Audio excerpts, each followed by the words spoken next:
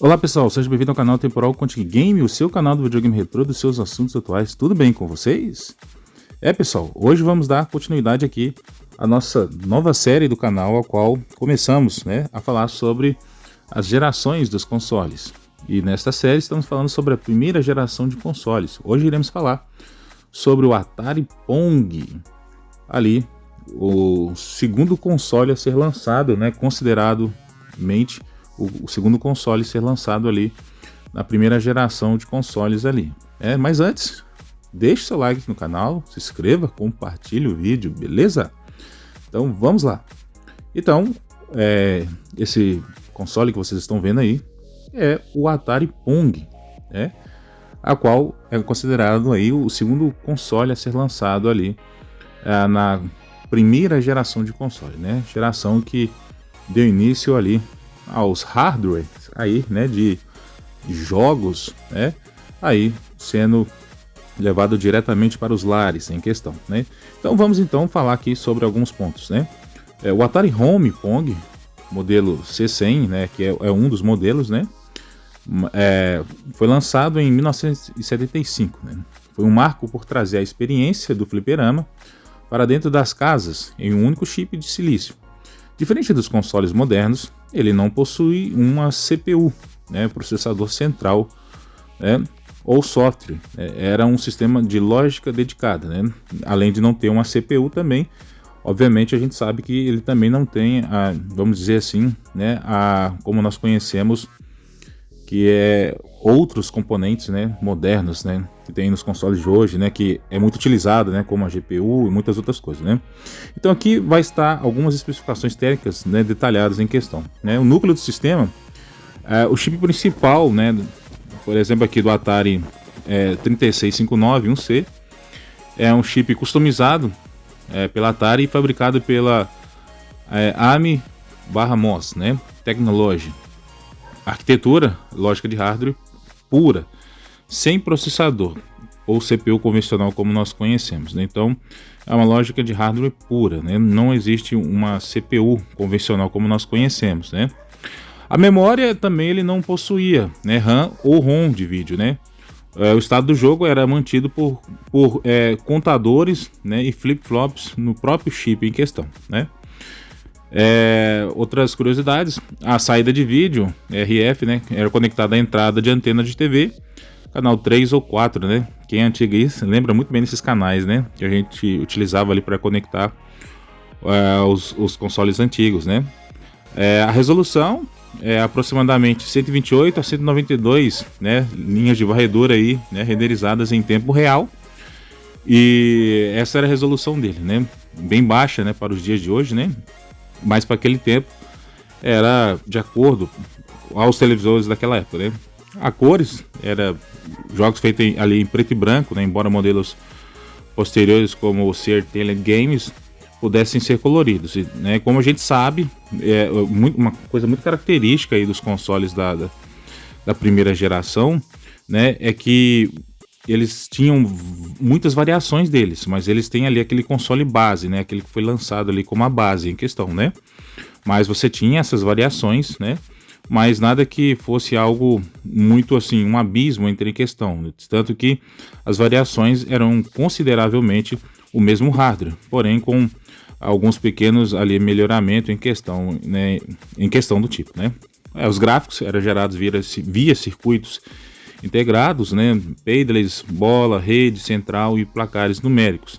Coisa muito típica de lógica mesmo, com foco ali apenas na diversão lógica, do jogo, o qual ele poderia proporcionar para os seus jogadores em questão ou suas jogadoras, em questão, Sabemos que aí então essa era a função de jogo dele em questão, como eu já disse, para os dias atuais pode parecer coisa boba, mas para a época é algo extraordinário, você ter um arcade em casa em formato de videogame, de console ali.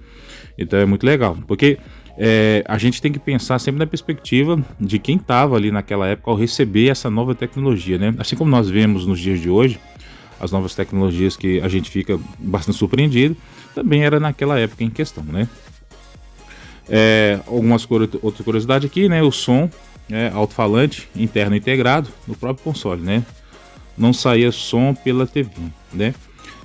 Não sei se algumas outras versões já tinha saída para TV, mas aqui é uma especificação, né, que dos primeiros aí você tinha mais essa característica, né, para saída de áudio, né? Os efeitos de bips, né, gerados eletronicamente ao bater na bola ou marcar um ponto. Eu falo isso porque eu já tive a oportunidade de jogar aqui no Brasil uma variação, né, do Pong, a qual foi conhecido como telejogo aqui no Brasil, né? E de fato era isso mesmo, né? Eu tive essa oportunidade, hein?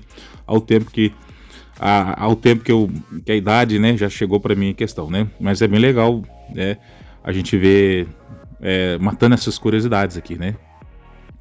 Outras curiosidades: controle, interface, paddles, 2 potenciômetros, botões giratórios fixos no corpo do console, né? Modos de jogo: apenas um jogo. Pong com variações de velocidade, né? O Pong, para quem não sabe, aquele famoso jogo de tipo de raquetezinha, né? A bolinha vai, né? E assim vai em questão, e tem essas variações de velocidade. Talvez algumas posteriores, né, venham a exibir outros formatos em questão. Placar, exibição digital na tela até 15 pontos. Pode ser que isso também pode variar, né, de acordo o tipo de Pong, né, de Atari em questão, né.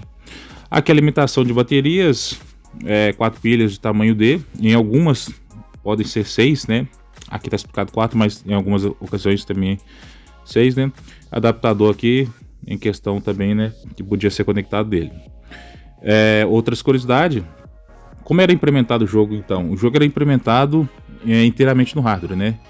Então aqui, 5 especificações que vai muito mostrar como é que funcionava esse jogo, né? Então, o gerador de sync, cria os sinais H5 e V5 para a TV entender, né? Na observação 2 fala que os contadores, né, são 2 contadores binários, geram a posição X e Y do feixe da TV.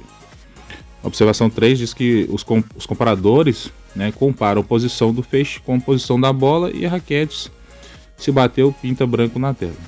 Na observação 4 diz que a lógica do jogo, né, portas AND/OR, que detectam a colisão, invertem a direção da bola e incrementam o placar. Na observação 5, o oscilador, cristal de 2.01 216 MHz, né, divide para gerar 60 Hz de vídeo e velocidade da bola, né?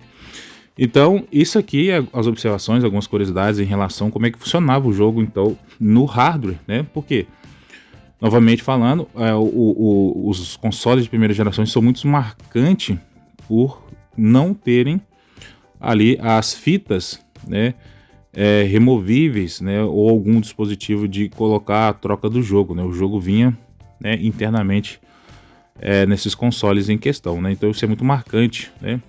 Então, ó, recapitulando aqui, né? Então, o Atari Home Pong, né, o de 1975, né, de 1975, foi então o primeiro console da Atari, né, para a sala de casa. Ele não tinha CPU, nem ROM, nem cartucho.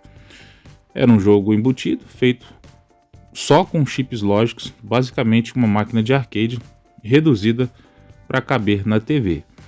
Então aí, esse foi o nosso segundo console, né, o videogame aí, a primeira geração de console, né, o Atari Pong, né, e é bem interessante que esses consoles, então, pontapé, né, inicial para os consoles caseiros, assim e por diante, beleza?